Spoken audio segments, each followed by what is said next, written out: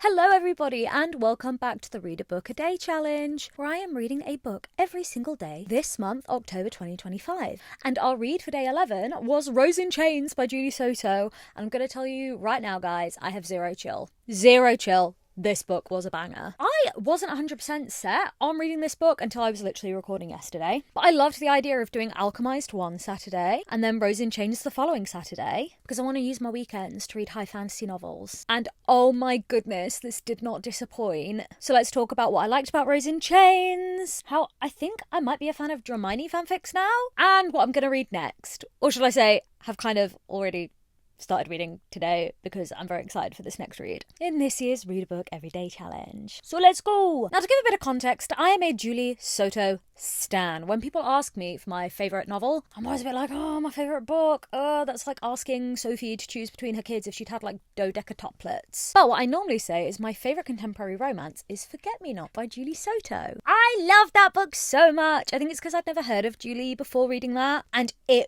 blew me away. So I'm just going to tell you now, Julie Soto could write on a bin bag and I'd buy it. So I was very excited to get my hands on this. And fun fact, this is the standard edition of Rose in Chains. I know lots of people got special editions from different sub-boxes when the book came out. But this plain, normal, ordinary edition has lovely end papers and gold foiling under the cover. Proper foiling. I think this is really, really cool. And to be totally transparent, I got sent my copy because I am a TikTok shop affiliate. I was chosen to be a rising star for the TikTok shop a few years ago now. And so I am now an ascending creator.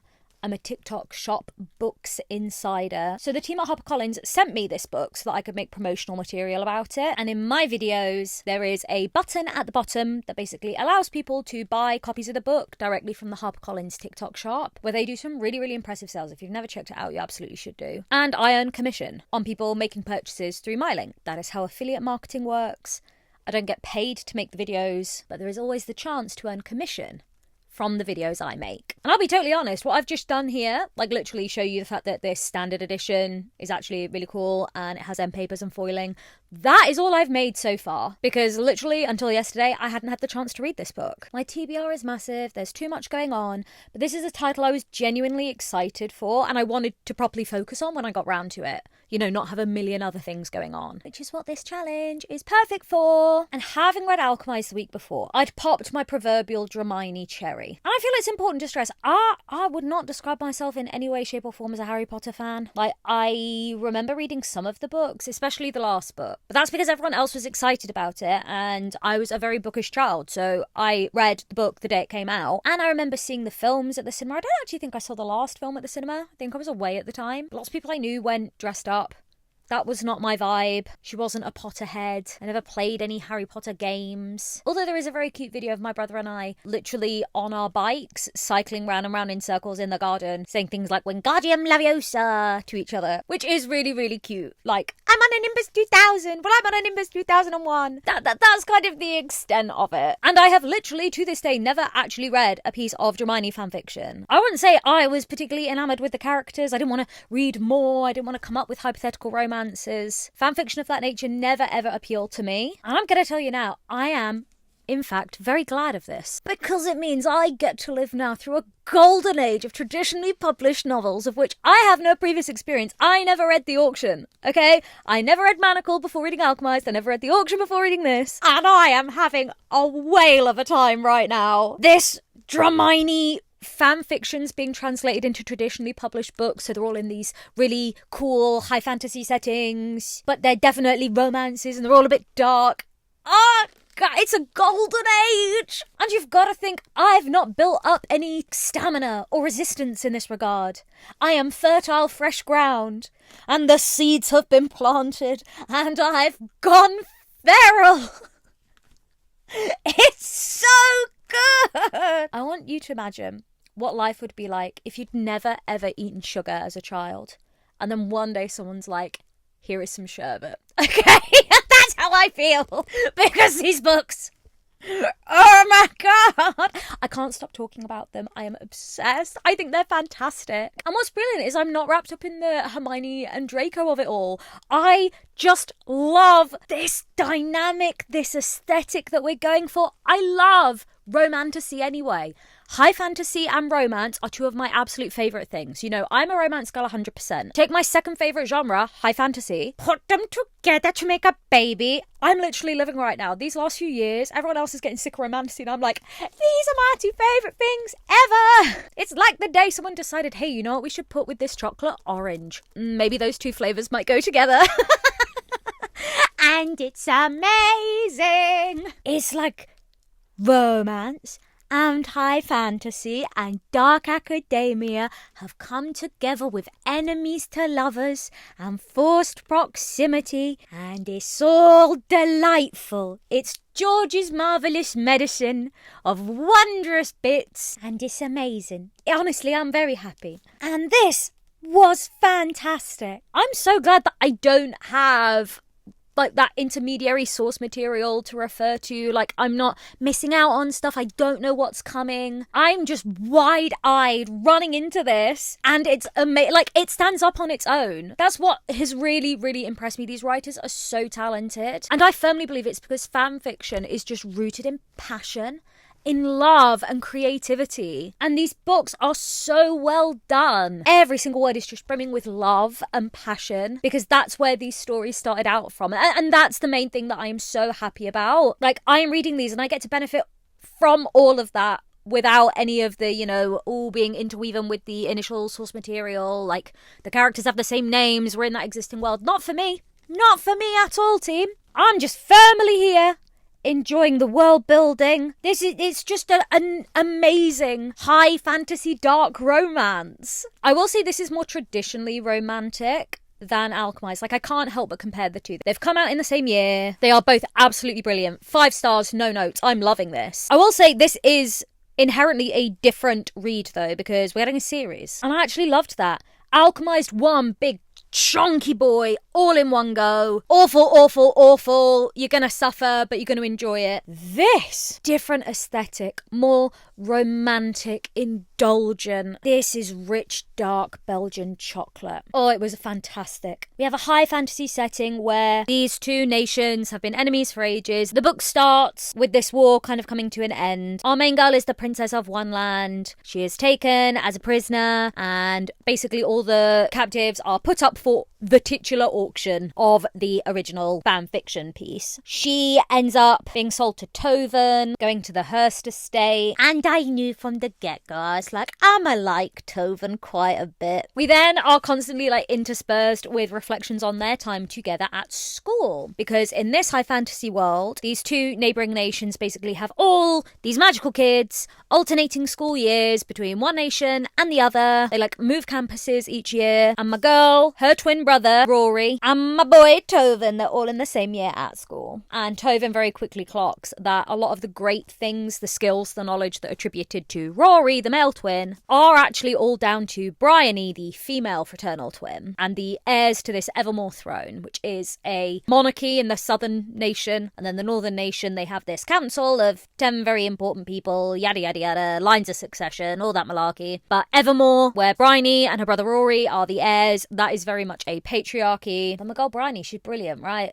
And she's hiding her light under a bushel so that her brother can shine. My boy Toven clocks that hella quick. And we basically move forward in the present time. Bryony is a prisoner. Bryony is staying on the Hearst estate, and she is now what's known as a heartstring. She is there to be basically like fed upon. Like, all her magic is meant to be going to Toven because he owns her. He is her master now. And up in this northern nation, they practice heart magic, which takes a physical toll. Bryony's southern nation, Evermore, they use like head magic, brain magic, which doesn't really deplete. And obviously she's royal, she's got plenty of magic, and in the eyes of everyone else, this makes Toven very, very strong. He also had to pay more for her because she has a V card, that's the whole thing. But basically, he has taken her to his estate and he is meant to be using her. And the magic he is able to take from her would be stronger if their relationship is of a sexual nature. You're bad at it! And I have to tell you, this book is brilliantly written, very well paced. I think the world building isn't overdone. It is complex but accessible, which is one of my favourite things about romantasy and one of my biggest problems with traditional high fantasy. I think lots of people get put off of high fantasy because the writers just cannot help themselves but make things overly dense. They do so much world building, and there's a tendency to over-egg the omelette. Whereas romantasy, I think there is a real art, like there is in YA fantasy, to make the world building accessible but still large and nuanced at scale. I think there's a lot that traditional high fantasy authors can learn from YA fantasy authors and romantasy authors as a whole. I just find it more pleasant to read personally, quicker, more effective. But that's not to say this book is indulgent. It's decadent. It is so goddamn horny, guys. It's so good. One of the main things I'm going to tell you now, like, look, this book's been out a while, so this shouldn't be too much of a spoiler. But even if you just know the nature of Dramionie stuff, this also shouldn't be a spoiler. My girl Bryony is so dense and stupid at times, and I love it. It's actually one of my favourite dynamics, where the female protagonist is just convinced that this guy is repulsed from her because he doesn't like her touching him and sitting on his lap and kissing. It makes him like shudder and recoil from her, and you're just sat there like, he's so turned on right now. It's so good. We got a lot of it in May, but we got loads of it in this as well, and I loved it. It's my jam, guys. Honestly, there is a scene in this where they have to go to an event, and he has obviously been lying to all his friends, like, oh yeah, we're doing it all the time, like, I'm getting all this magic from her because we're basically having sex all the day, every day. I'm getting all this power from her, because she wants to give it to me, because she's falling in love with me. And obviously that's not happening IRL. Like, they're kind of letting each other be on the DL.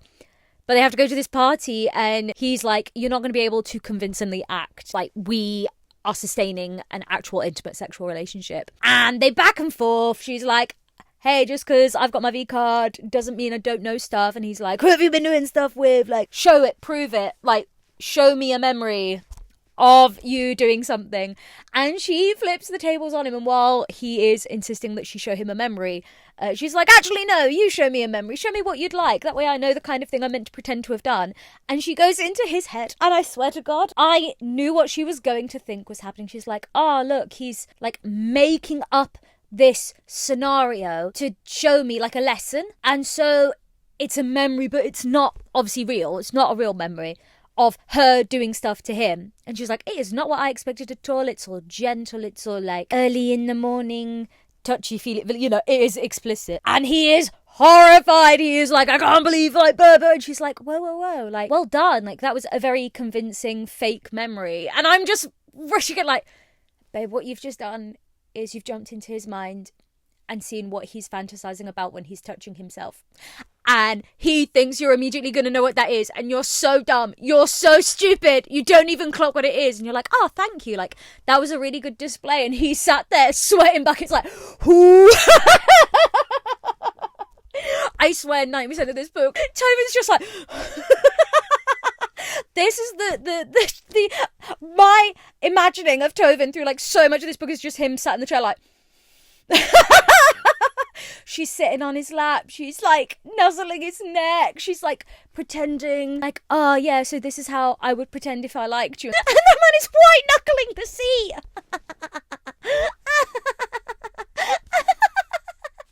I love it so much. It's so simple and so effective. Oh, he's obsessed with her, and she's so dumb, and it's brilliant.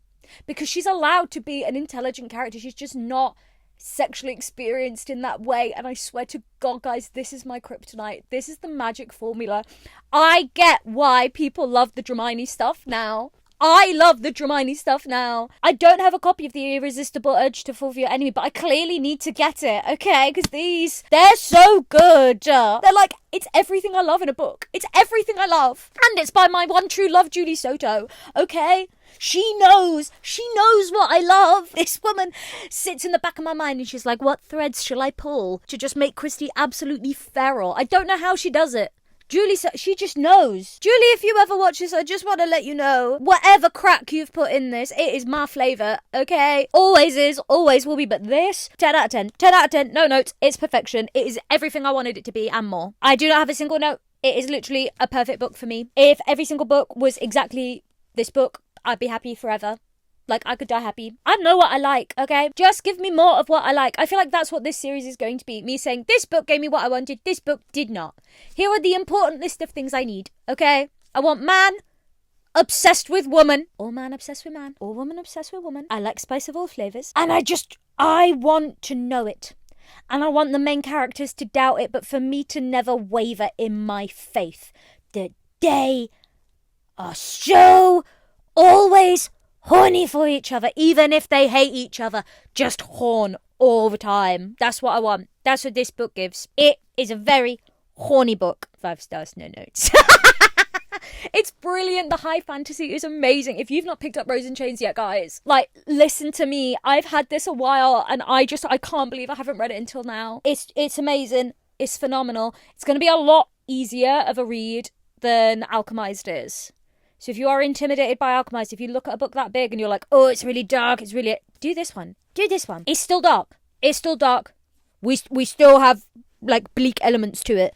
But this is lighter. And is a lot hornier. I think I would be far more likely to reread this than Alchemised. This was a lot more fun. This was more enjoyable. Like, Alchemised, brilliant, transcendent. I look at it as a piece of art and I go, that is so worthy of praise. This, I'm like, I want to build a house out of bricks made of this book. This is where I want to live. Forever and ever and ever. This is a book for my heart, for my soul. Alchemised, yes, soul and brain, but this is woven into the parts of me that make me me. You know, you would hold these two books up and it's like, Christy, what book do you want to read now? I would probably pick this one absolutely every single time. Not because I didn't like Alchemised, not because I don't like SenLinYu. Like, it sounds really odd, but I hope I can get my point across. I have a very canonical, highly regarded English literature degree. I could read books of any genre. I enjoy pretty much every single genre of literature. Your gal's even read autobiographies in the past, okay? I might not be posting about it, but your gal has read non-fiction too, just for bands sometimes. And with the entire potential smorgasbord of literature in front of me, this is what I choose to read every single time. I could be reading highly evolved conceptual pieces of literature every single day of the week, forever until the end of my life. But I wouldn't want to, because it would make me bloody miserable. This makes me happy. It makes me suffer, but I like it. It was brilliant. I cannot recommend it enough. If you have a copy, pick it up now. It's so good, you won't regret it. I'm not a fan of telling anybody what to do. If you are inclined to listen to me, I'm going to suggest you read Rose in Chains right now. I need the sequel today. How can I get a message to Julie Soto that I need to know the next book today? I don't know, I'll figure that out. But yes, absolutely amazing, transcendent, 5 stars, no notes. And because I had lots of different flavours of high fantasy to choose from next, and I've decided to go of the wolf variety. So today's read is Direbound. I'm already really enjoying it. So I'm going to jump back into it after this. I've read like a couple of 100 pages already this morning. It was very, very good. I'm enjoying it. I kind of want to stay in high fantasy. Like, we're going to get into the weekdays and I'm meant to just have the small, easy, digestible bits. But I've got some vampire high fantasy left. I've got Shield of Sparrows. I kind of just want to read them all now. Like, this has ignited a flame within me. I love romantasy! So yeah, it's all going good. It's all going good. I told you, we've rallied, guys. We are on the up and up. Let's keep the 5-star reads coming, please. I'm having a great time. So with that, I'll love you and leave you. If you haven't already, please follow this channel. Just subscribe. Just do it. I shouldn't have to ask every time, but I'm going to. And if you haven't already given this video a like, what are you playing at? Why do you do this to me? Do you want to make me suffer? In all seriousness, thank you for watching. I will see you again tomorrow, hopefully. I'll speak to you later, alligators. Goodbye for now.